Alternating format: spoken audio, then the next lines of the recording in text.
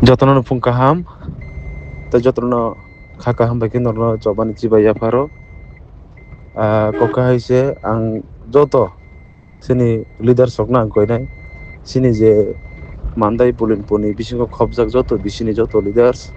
block committee leaders TWF YTF ti pramotha district ni tai joto beremni sini senior leader joto nang koinai joto sini boot president boot committee ni joto adong nang koinai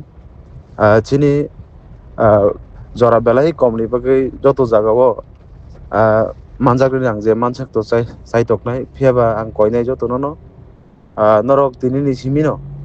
norok hoito khlaino tong nagirogo but ang koinai tini especially joto leaders rokno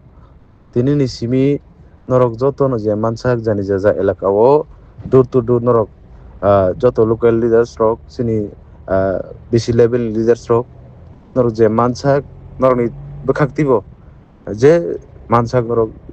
sini borok ni nogo nogo thangai sini bwskang ni 12 tarik jotono muitu khlairi jotono no request khlaini bagui je bwskang ni 12 tarik sengtamni bagui ti pramotha ba chini bubagrano seng phandane aborno je mansak nogo nogo thangi norno awai mung khlaini bagui norok tinini simino norok kisa chengi rikhe belai hamnai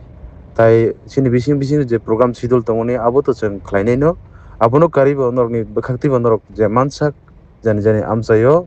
norok kisa awareness khaigen ke belai kaham nai abon bagai ang norok jotono as a norokni candidate hisabai ang norok koyo jotoni chubamung jotoni logi nango karon abo chung ang saisung niya bubagra saisung niya chung jotoni choba o chobano chung kublai khaina ke chung jotono thansa khainai chung choba khainani bagai ba chung borokno je mansak thansa khlai tonani bagai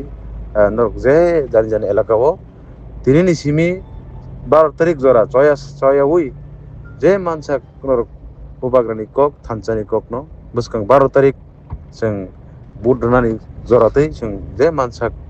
नरनि साइतमung tongani ungthung ni ang warno koyo jotorna hambai khulumbai kha bubagra iglokthung tiprasa aiglokthung khulumbai kha